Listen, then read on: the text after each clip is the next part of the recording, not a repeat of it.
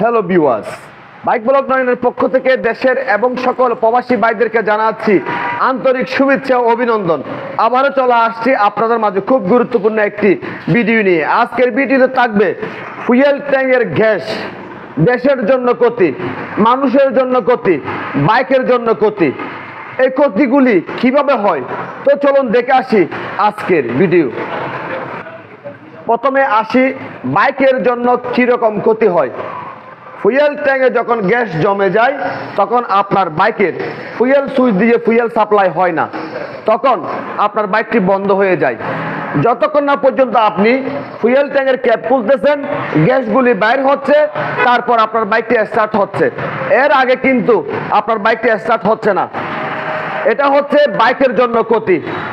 একটি বাইক যখন হঠাৎ হঠাৎ বন্ধ হয়ে যায় এবং বাইকটি বন্ধ হওয়ার সময় ধাক্কা মেরে বন্ধ হয়, সেক্ষেত্রে ইঞ্জিনের উপর প্রেসার পড়ে এবং ইঞ্জিনের ক্ষতি হওয়ার চান্স বেশি থাকে। এটা হচ্ছে বাইকের জন্য ক্ষতি। এবার আসি দেশের জন্য কীরকম ক্ষতি হয়। দেশের জন্য ক্ষতি হয় যদি আপনার বাইকের ফুয়েল ট্যাঙ্কের গ্যাস যদি আমাদের প্রাকৃতিকের সাথে যদি মিশে যায়, সেক্ষেত্রে দেশের জন্য ক্ষতি হয়। এবার আসি মানুষের জন্য কেন ক্ষতি হয়, বা বাইকটি যে রাইড করে কেন তারও ক্ষতি হয়। এই গ্যাসগুলি যখন আমাদের প্রাকৃতিকের সাথে মিশে যাবে এবং গ্যাসগুলি বাইর হওয়ার সময় যে বাইকার থাকবে তার নাকে লাগবে গ্যাসের গন্ধ এবং গ্যাসগুলি তার ভিতরে প্রবেশ করবে, সেক্ষেত্রেও একজন বাইকারের জন্য ক্ষতি। আপনার বাইকের ফুয়েল ট্যাঙ্কের মধ্যে গ্যাস না জমার জন্য আপনি কি করবেন, কিভাবে আপনার বাইকের এই সমস্যার সমাধান করবেন, আমি আপনাদের আজকে একদম খুব সহজে দেখিয়ে দেব। তো আপনারা দেখতে পাচ্ছেন বর্তমান ডিসকভার 125 জনপ্রিয় একটি বাইক। তো কোম্পানি ডিসকভার 125 এই বাইকের মধ্যে BS4 ভার্সন সংযোগ করেছে। BS4 ভার্সন আপনার বাইকের মধ্যে আছে, আপনি কিভাবে বুঝবেন সেটাও আমি আপনাদের দেখাচ্ছি। তো সেটা দেখানোর জন্য আমার এই বাইকের সিট ফুয়েল ট্যাঙ্ক খুলে নিতে হবে। এই যে আপনারা দেখতে পাচ্ছেন সিটের নিচে একটি ক্যানিস্টার লাগানো আছে, এখানে একটা খালো একটা ক্যানিস্টার এখানে লাগানো দেখতে পাচ্ছেন আপনারা। এই বক্সটি যদি আপনার বাইকের সিটের নিচে যদি লাগানো থাকে, সেক্ষেত্রে ধরে নেবেন আপনার বাইকটি BS4 ভার্সন। এখন ফুয়েল ট্যাঙ্কের মধ্যে গ্যাস জমার কারণ কি। এই যে ক্যানিস্টার থেকে দুটি পাইপ চলে আসছে, একটি পাইপ চলে গেছে কোথায়, ফুয়েল ট্যাঙ্কের মধ্যে, আরেকটি পাইপ কার্বোরেটরের সাথে সংযোগ হয়েছে। এই যে আপনারা দেখেন ক্যানিস্টার থেকে আরেকটি পাইপ কার্বোরেটরের সাথে সংযোগ হয়েছে। এখন মজার বিষয় হচ্ছে এই যে আপনারা দেখতে পাচ্ছেন ফুয়েল ট্যাঙ্কের মধ্যে একটি পাইপ লাগানো আছে। এই পাইপ দিয়ে গ্যাসগুলি চলে আসে ক্যানিস্টারের মধ্যে, আবার ক্যানিস্টার কি করে গ্যাসগুলিকে ফিল্টারিং করে কার্বোরেটরের মধ্যে পাঠিয়ে দিচ্ছে। কার্বোরেটর কি করতেছে, গ্যাসগুলিকে আবার কম্বাসন চেম্বারে পাঠাচ্ছে, কম্বাসন চেম্বার থেকে ফুরে গ্যাসগুলি এক্সজস্ট দিয়ে বের হয়ে যাচ্ছে।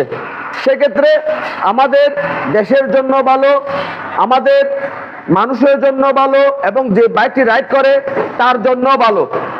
এখানে যদি কোনো কারণে ফুয়েল ট্যাঙ্কের পাইপ, এই ফুয়েল ট্যাঙ্কটা নাও, এই ফুয়েল ট্যাঙ্কের পাইপ যদি কোনো কারণে যদি এরকম বাস হয়ে থাকে বা চাপের মধ্যে থাকে, সেক্ষেত্রে কি হবে, ফুয়েল ট্যাঙ্কের ভিতর গ্যাস জমে যাবে। ফুয়েল ট্যাঙ্কের ভিতর যখন গ্যাস জমে যাবে তখন আপনার বাইকটি ধাম করে বন্ধ হয়ে যাবে। এখন আপনি আপনার বাইকের সব কিছু চেক করতেছেন, মিটার বোর্ডের মধ্যে ফুয়েলের সিগন্যালও দেখতে পাচ্ছেন, ফুয়েলও আছে, তারপরে বাইকটি স্টার্ট হচ্ছে না কেন। অনেকে অলরেডি এই বিষয়ে জেনে গেছেন যে ফুয়েল ট্যাঙ্কে গ্যাস জমলে বাইকটি আর স্টার্ট হয় না। যতক্ষণ পর্যন্ত ফুয়েল ট্যাঙ্কের ক্যাপ খোলা না হয়, ফুয়েল ট্যাঙ্কের ক্যাপ খুলে দেওয়ার সাথে সাথে একটা গ্যাস বের হয় এবং ফুয়েল ট্যাঙ্কের ফুয়েলের সুইচ দিয়ে ফুয়েল সাপ্লাই হতে শুরু হয়, তখন বাইকটি স্টার্ট হয়।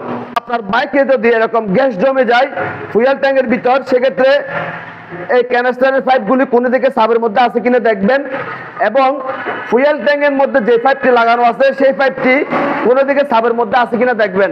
সেক্ষেত্রে আর ফুয়েল ট্যাঙ্কের মধ্যে গ্যাস জমবে না।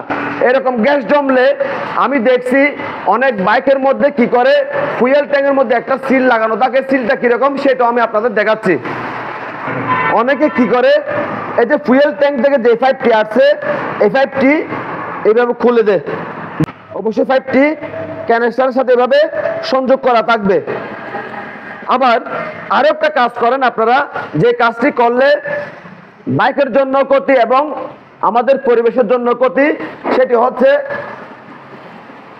এই যে দেখেন ফুয়েল ট্যাঙ্কের ক্যাপ খোলার সাথে সাথে এখানে আপনারা একটা নিচের দিকে একটা সিল দেখতে পাবেন। এই সিলের মাধ্যমে গ্যাসগুলি কি করে, এই পাইপের মধ্যে চলে আসে গ্যাসগুলি।